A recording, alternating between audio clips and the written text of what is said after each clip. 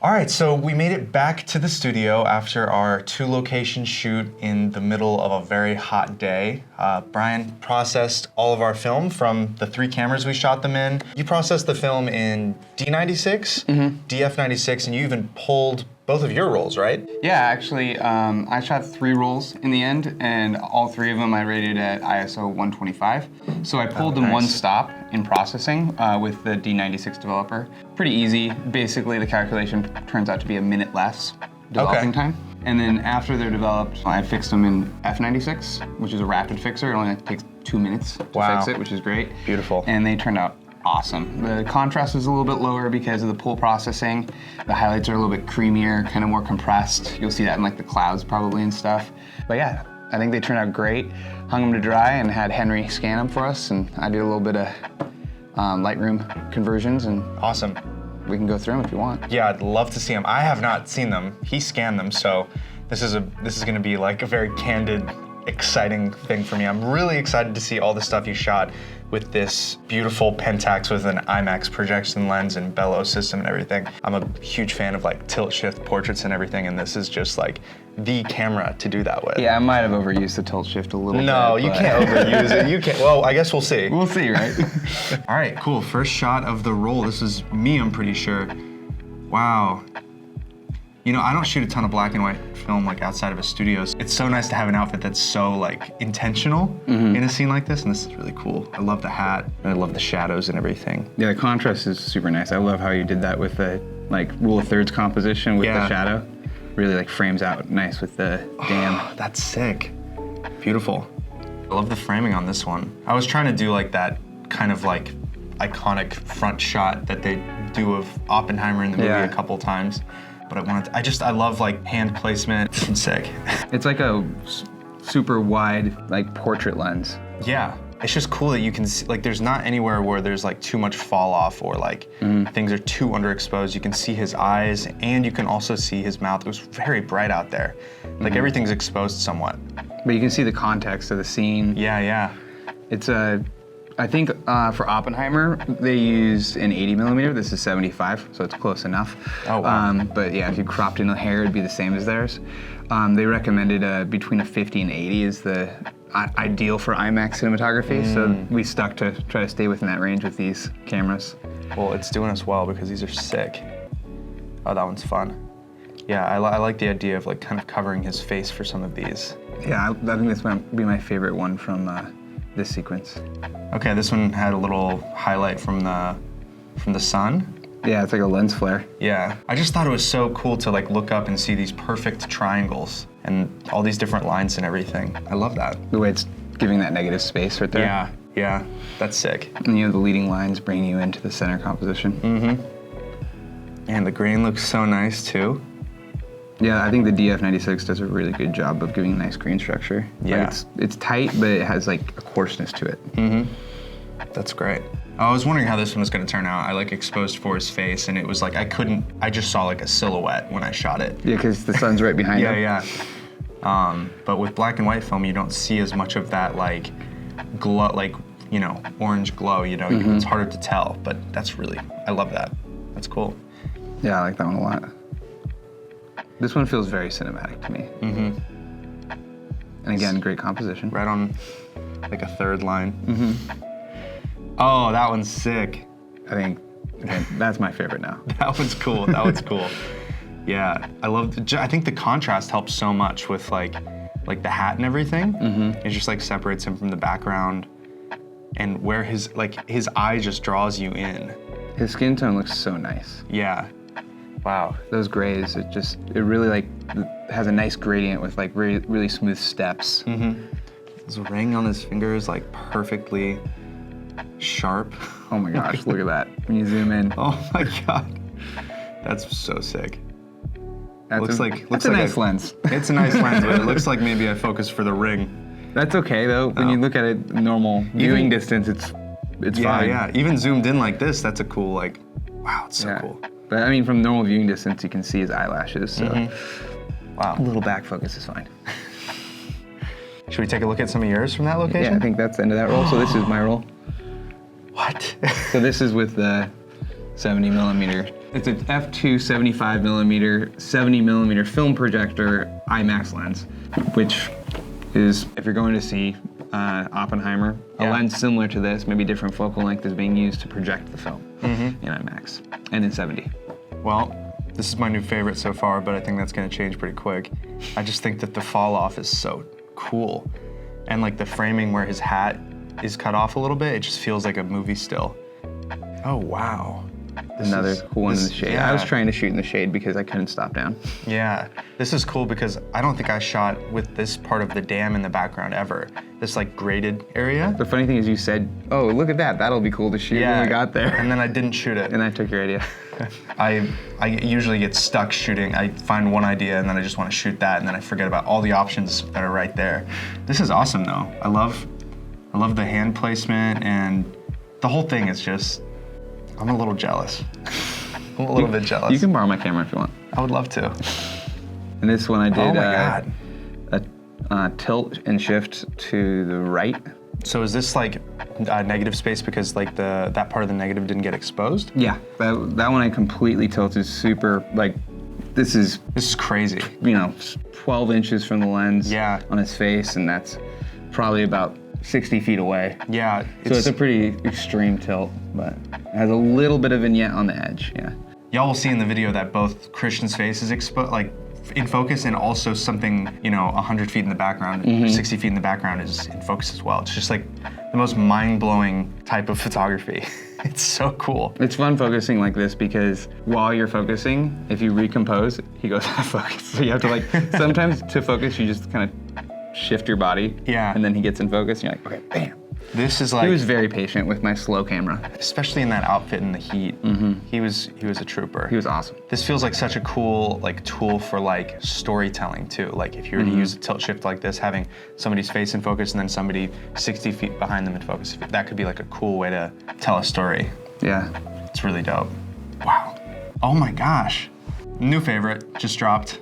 Actually, all of them so far have been of yours. This one, as you can see, he's being lit by direct sunlight. So yeah, it was shot at f2 and 1/1000th of a second. So even pulling the film to 1/25th, it was overexposed by at least 2 stops. Oh wow. Maybe 3. That's probably closer to 3 stops overexposed with the direct sunlight. And you can kind of see that compression happening in his collar and the highlights, where the grain just kind of gets a little, I don't know, coarser. But it's has a smoothness to it, which is really nice.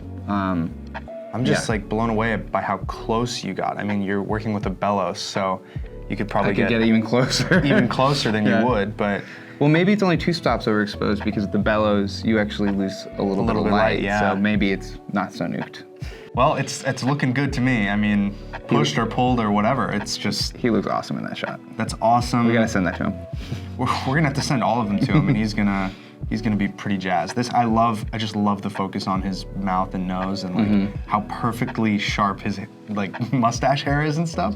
But then it immediately falls off just at his beard. It's just spectacular. His eyes are slightly out, but I kind of like that. Yeah. The framing is perfect too. He's just perfectly in the center. It's like you literally see the fall off from the hat. The hat makes the hat look like it's got a wider brim. Yeah. Yeah, I'm gonna need to borrow that camera, man. Oh, cool. This one, I feel like is a good example of a pulled film. You can tell it was so bright. It's a bit flatter, but you get all that shadow detail in his face, but you still have this white concrete and this white rail is still has detail in it, and the clouds, but it has that compression, that kind of extra graininess. And I tilted the lens down on this one, so that you get the horizon in focus just past his face, and then the rail and his lower body stays slightly out of focus the whole time. It's a really cool effect. Yeah, I'm loving it. I mean, it just draws you right to him even further. This is great. I really wanted to shoot this one vertical, but Steve would have been mad. I think Steve would have let one slide. Just one. No? Maybe. Maybe. We should have slipped one in there. We should have each taken a vertical shot just for our own satisfaction. So when you go to focus, that one photo back on the bridge and everything at the bottom is out of focus to being focused on his face, you tilt it up, the top. You kind of point the lens, the board, the direction you want the focal plane. So if you tip it down like this, you're gonna get the foreground close in focus, and the top of the frame is gonna be like close to infinity. And for like this one, I tipped it back a little bit, like that, just a little, and then focused on his feet so that his head would be out of focus. Wow. And just give you that isolated, just narrow spot right there. Yeah. But tilting it back is a great way to just make so one slice is in focus of one distance. That's cool. But tipping it down, you can actually use that to get like the ground all the way to infinity, so it's good for like a landscape to tilt it down a little bit. Gotcha. I think bwxx pulled might be my new favorite thing. I'm really liking the creamy sort of like look to like the bright spots and everything. Okay, so now next location, this is me with the 75. Yeah, this is you with the 75-2.8. I'm loving how this turned out with those grates, or like that, what do you want to call that, a fence? That's sweet. Yeah, those shadows are really nice. And I like how there's the rough shadows of the bright sunlight coming through the wire fencing. And then you have this detail in his face and down in the shadows. And the wire fencing in the background is actually looks like it's shaded. Yeah. So it's really dynamic looking shot, which makes it look very cinematic. I could see this being a shot Yeah. in a scene with dialogue. Yeah. Or maybe like after something dramatic happened and there's music swelling and he's just going through something. So well directed. He's easy to direct, and also that those shadows and that light was really perfect at that moment. Once again, that 75 coming in clutch, just being like any range of like subject you want. I think I got some water spots on here. Oh, that's okay. I didn't get it thoroughly with the chem wipe. We got a video on that if you ever have a couple water spots on your film. Yeah, and if you ever scan them like this, and you've done camera scanning, and you see like some water spots or something, you can go back to the negative. It's usually gonna be on the base, the shiny side, and you can just kind of, what I do, don't spit on your film, but you can go and like breathe on it and polish it with either a chem wipe or like a soft lint-free rag. And if you do that, it comes right off. You can then camera scan it again, go into Lightroom, lift your settings from the one you already edited, like this one, and then just paste them onto the new one, and it's like rescan in Beautiful. like 5 minutes. It's Yeah, great. you don't have to rewash them or anything. So I'm probably gonna rescan this one then. Oh, cool. This one's also like has a lot of that lens flare, backlighty. Oh yeah, sort you of- can see the sun. It's right Yeah. there, the little, you can see like the circle outline of the sun. Yeah, but I remember when I shot this, I wanted to like frame him and have some other stuff in the foreground to kind of try to show people what that, like the top of that missile site really looked like. And I love the framing. I love that this is like out of focus and like curves into the shot. And then I don't know, like it's pretty. Well, I love how you actually lined up the railing with the horizon. So it feels very like extra divided. Yeah. And you can't see what's going on the horizon, you just know that it looks limitless. Yeah. Like an infinity pool. It's, wow, yeah. It feels like we're very, very high up. There's a couple little mountains right above the railing over here, but they're very hard to see. So it's like a really cool separation. It's like two different scenes almost. It feels like the location in Oppenheimer. Yeah. In, what is it, New Mexico, right? Yeah. Ooh, cool. I like the symmetry in that one. I remember when I was shooting this, I really wanted to frame it like as symmetrical as possible, but the top of this platform was just really like, it wasn't perfectly symmetrical with the path, so. Yeah, it's kind of off-centered. I got it as good as I could. I think it worked out really well. Yeah, I think it looks nice. Okay. A little moody. This is my favorite one of this set, I think, Yeah? so far. Yeah, it just draws you in. It's like, it looks like at the moment before something impactful is gonna happen. That's cool. I remember what I was trying to go for here. I was just trying to kind of get his hand, like his arm in foreground kind of falling off and like leading up to him. It's kind of cool to see some of the platform in the background. Cool little shot. Oh, okay, that one's cool. I remember wanting to try to do something a little bit more dramatic, and this is. Well, you're really good at working with shadows, so. I love this one. I wanted to, maybe I shot two? No. I wanted to really line up these shadow, like that's the same shadow there. But That's it, yeah. I love that. And then you can kind of see like the glow of his, like the glisten of his eye. Yeah, I like that. That's pretty crazy. You can see his eye there a little bit. Oh, cool, yeah. I love that one. I had him like kind of like shake his jacket out, and I just shot one. And luckily it was pretty bright out at this point still, so it wasn't too hard to get it. Like I was shooting at a pretty high shutter speed, probably 1,000th of a second still. Well, yeah, I think you might have opened up for this because, Yeah. I mean, looking at the bokeh. It's pretty extreme. You can see all of the little hairs on his jacket. And the hair on the film. and the hair on the film. Shh. It's okay, it's okay. I love this one. This might be one of my new favorites from this location. Oh, cool. Is this you? Yeah, This I is think we you. switched to the next roll, so I took this one. This is sweet. This one I think was taken with my secret weapon, the Pablo Machina, the W67. And so like these were all shot at 4.5, and then similar problem, shooting at 4.5 in broad daylight. But this one, instead of having 1,000th shutter speed, it only goes up to 500. Oh, so wow. I'm like in almost the same spot. So I pulled the film to 125 on all the ones I shot. Cool. Which is easy to do with the D96. Like I said, you just drop it by a minute. Yeah. The development time. But with DF96, I could have done it as well because you could just process your film at like 68 degrees, and that'll do pull one stop. Normal processing is around between 70 and 80. But Awesome. you go down to 68 and you do intermittent agitation, it'll come out as pull processed. But I really wanted to use the original developer that was used for Oppenheimer, and pretty much every time that black and white film is shot for motion picture, it's processed in the D96 formula. So Cool. I think it looked, again, the skin tones, like Yeah. they look amazing. And those highlights, like he's being blasted here, and it's just, there's still that detail. And this lens is incredibly sharp. The lens is actually made by Nikon. Oh, wow. Yeah, the lenses for both the Pablo Machinas are made by Nikon, and they're incredibly sharp. Yeah, this is a great shot. I love you still, even though it's a pretty low depth or shallow depth of field, you still get to see every layer of these mountains in the background as they go back. And then the wide angle is really nice because nothing gets too out of focus in the background. Yeah. There's still like, you can tell that there's mountains. There were telephone wires, but I love that you can't see them because they're kind of blurred out a little bit. Yeah, this is a great one. So And then this is I stole your shot right there.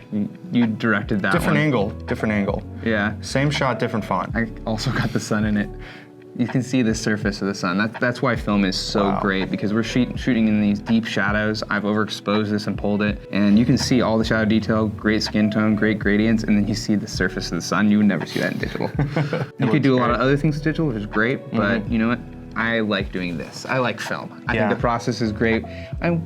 I think between us, we each shot about 25 photos Yeah. because we shared the last roll.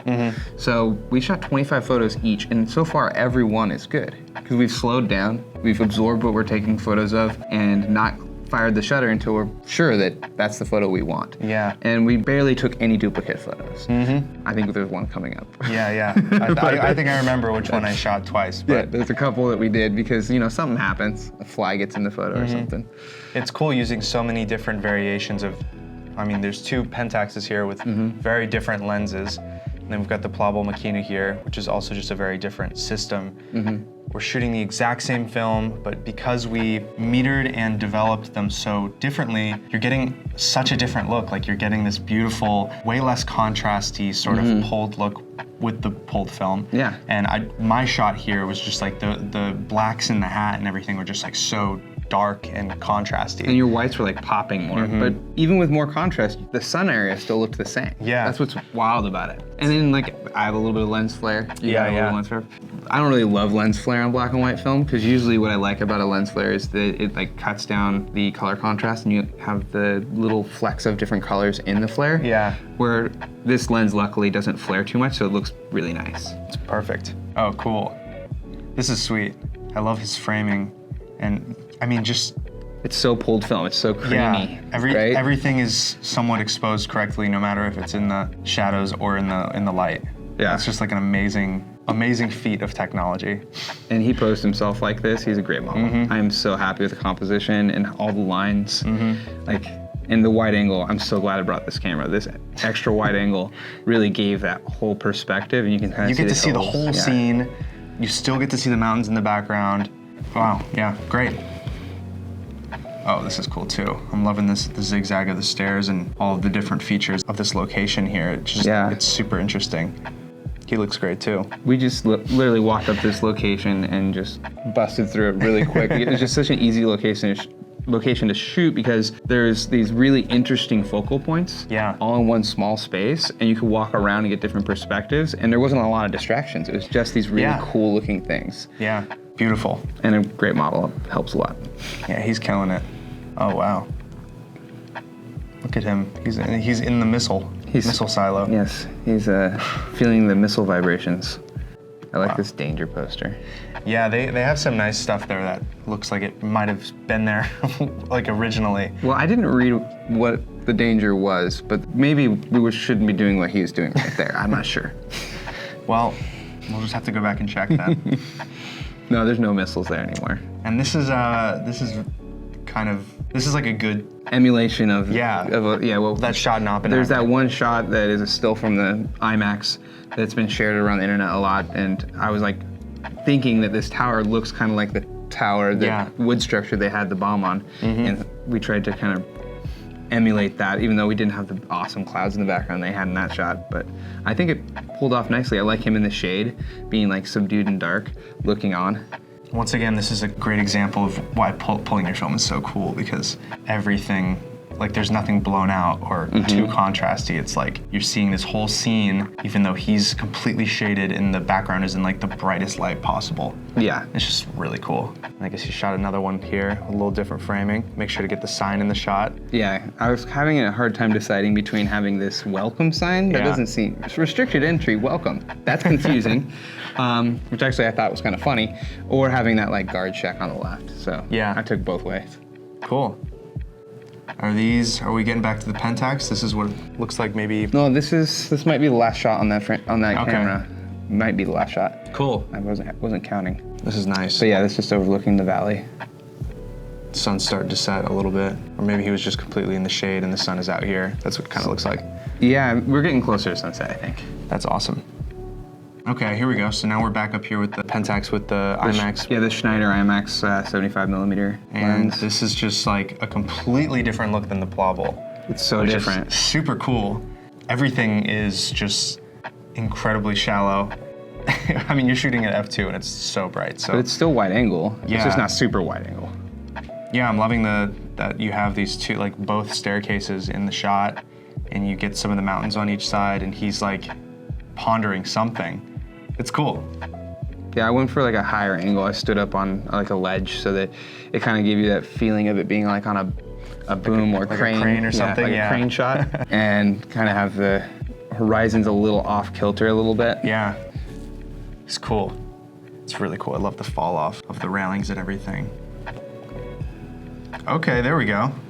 Another dancer pose for sure. I think it's just him touching the hat, but wow, this is cool. Oh wow. I'm actually a huge fan of these shots where you get the vignette from... Yeah, I kind of overdo the tilt shift a little bit, and usually when you tilt, you can like slide the lens left or right so that the image projection still hits the center of the film. Yeah. But there's limitations, and so when you're doing an extreme degrey, you kind of can get this vignette with this lens. There's other lenses that you can put on that probably have a bigger circle. Yeah, you killed this one. I love that he's like I mean, it looks like two different, it looks like almost like a double exposure. Like this is a studio shot of him looking out into the distance, and then this is outside, and there's a danger sign in the background, like some sort of foreshadowing or something.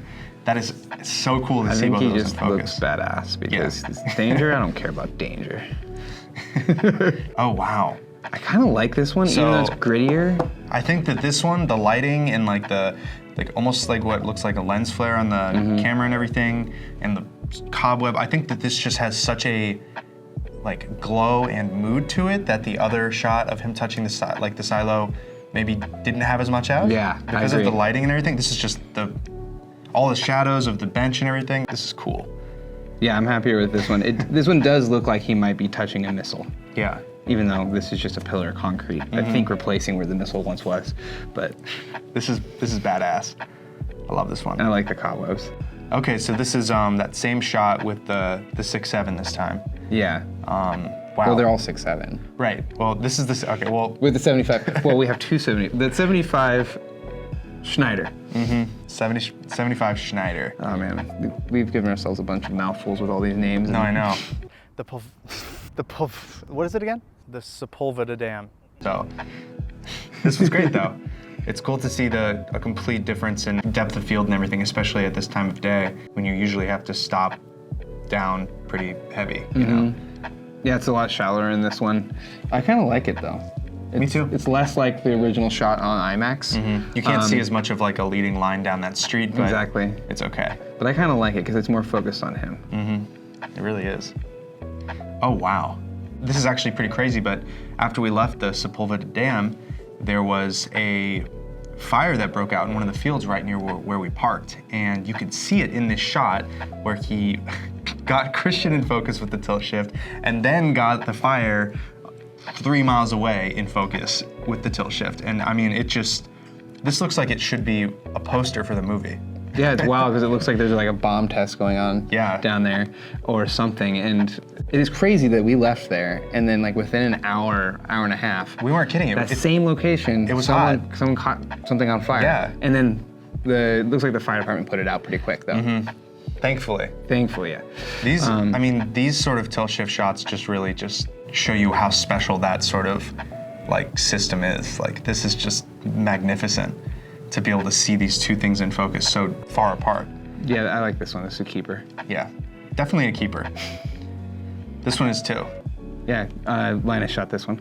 Oh, this is one of mine? Yeah, I think so. This is sweet. Yeah, we were kind of throwing back and forth at this point. Yeah, I think. On the last roll. Okay, yeah, these are mine. This is cool for so many reasons. I just think that the lack of like a very specific point of focus makes it seem really cinematic. Yeah, like it's like on what he's doing to the brim of his hat with his fingers. But you can isolate an action happening. Yeah. And still have the subject. I mean, what's subject. in focus is like his shoulder. Like of the jacket, but it doesn't matter because it's just like this whole scene. Yeah, there's a lot of shots in Oppenheimer that look kind of like this because of the shallow depth of field and the way that the movement was happening. And they do a lot of handheld with IMAX camera, which is insane. And you just see like one part of the frame where something's happening in focus, like him adjusting his hat. Beautiful. Yeah, this is really well composed. I love it. I know I took this one twice, and I think I like the first one better. I think maybe just like the flaring and everything, I just like on this first one better, but I actually kind of like it. It gets something interesting happening over there. Yeah, makes you wonder what's going on. Okay, the sun is officially setting and you're firing off your last couple frames here. Yeah, yeah, so this one. This is sweet. This one is with, I think I might have barely tilted back. Yeah. Or something, but it's not much movement on the camera. It's just very shallow field and the lighting is just so nice right at that moment. Yeah, it's perfect. Cool, you have a couple little pieces of brush in the foreground, and then you didn't go too crazy with the tilt shift. We'll wait for it. I'm sure there's gonna be something. Yep. There you go. You went crazy. That's about as crazy as it gets.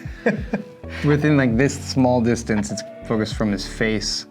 You can really see. And this is just past infinity. Yeah, you can really just see this like slice right there. Yeah. That's really amazing. You have like tilt shift shots focusing on multiple points of interest. Yeah. Because it feels like in cinematography, you can focus on something close and then rack focus to something further. And you do that over time, where you can do this in a still moment. And it kind of gives you that same feeling of looking at two different points over time because your eye drifts from one to the other. Yeah. And so to me, even though it's not used a lot in cinematography, sometimes they do the split focus shots, so they do. This seems like something that we can do in still photography that's similar to being able to like rack focus in a scene. Exactly. It's like you're able to focus on two different things at the same time as if you're doing scene one, scene two. Yeah, exactly. It's pretty amazing. Oh, dude. This is my favorite one. This is how it always goes, right? You do a photo shoot, the last frame on the last roll, you're like, that's a wrap, and it ends up being the best shot. This is thumbnail material. Yeah. This is the thumbnail, for sure. Yeah. Wow, that is beautiful. I mean, it's just like everything came together at that last moment. You were like, this is my last shot. The lighting came together. The framing is perfect. It's like his hat goes from under the horizon to above it. The lighting on his face is great. The amount of fall off there is from the bottom of his tie to his collar is just like the perfect amount. It's not overdone. It's not too crazy.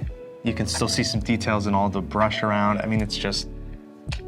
Yeah, it's great. That's great. And I mean, the focal plane is pretty flat on this one, but as you can see down here, that there's a little bit of brush. I probably had it tipped up a little bit, like just a hair. Yeah. Just so that it would be just his eyes in focus and his shoulders, like this part, and then it would go out of focus for his tie. Wow. And I really am happy with how that turned out. It's pretty sharp. It looks super nice. The grain structure is nice. It's just those tones. Cool. Is that everything? That is. Well, we just talked for a while about all this stuff. I am so happy with how my contribution to the shoot turned out, and I am honestly blown away by all of your work here, regardless of camera, but I do have a little bit of favoritism towards the Schneider Bellows Pentax Frankenstein that you guys created here. This has been so fun. Obviously, working with you is always a pleasure. I like the pace at which you shoot. It suits me. I get to slow down a little bit, you slow down a little bit, and we just get a bunch of keepers. I know, right? It's awesome, and I love this film. Turned out great. We had a great model. He's so effortless to shoot because you barely had to direct him, and he just knew how to make his body move probably because he's a dancer. Yeah. And I can't think of really any better way to shoot any black and white film than in 6x7. Yeah, it was just a treat to shoot with somebody who dances and loves film photography, who gets exactly why we're taking our time with each shot, who's patient with us, who's great at posing. He was just like an all-star model for this, and I need to get some D96 and do the same process that they use for any sort of motion picture black and white development, because, and I'm gonna have to pull it as well. This is just, this is too sweet to not give a go myself. Yeah, I'm pretty happy. Awesome. And it was a great time. I mean, yeah, it was hot, but it cooled down. And when we went up in the hills, it was way cooler, and it was nice. Your car didn't think it was that cool, but yeah, we had a couple moments where we had some car troubles there. Yeah, it was overheating a little bit, but we made it out. Just to illustrate how hot it was, we're not just complaining. My car also was complaining as well. So cool. I mean, I don't have anything else to say other than thank you for spending the day with us. This was great. Thanks, man. Sweet. Appreciate it. Always a pleasure. Awesome. Well, thank you so much for watching. We hope that you guys also agree that we were able to capture a little bit of that same cinematic magic that they created in the movie Oppenheimer, using the same or close to the same lenses and some of the same beautiful film that they used in the movie. Yeah, it was awesome. Yeah. We'll see you soon, guys.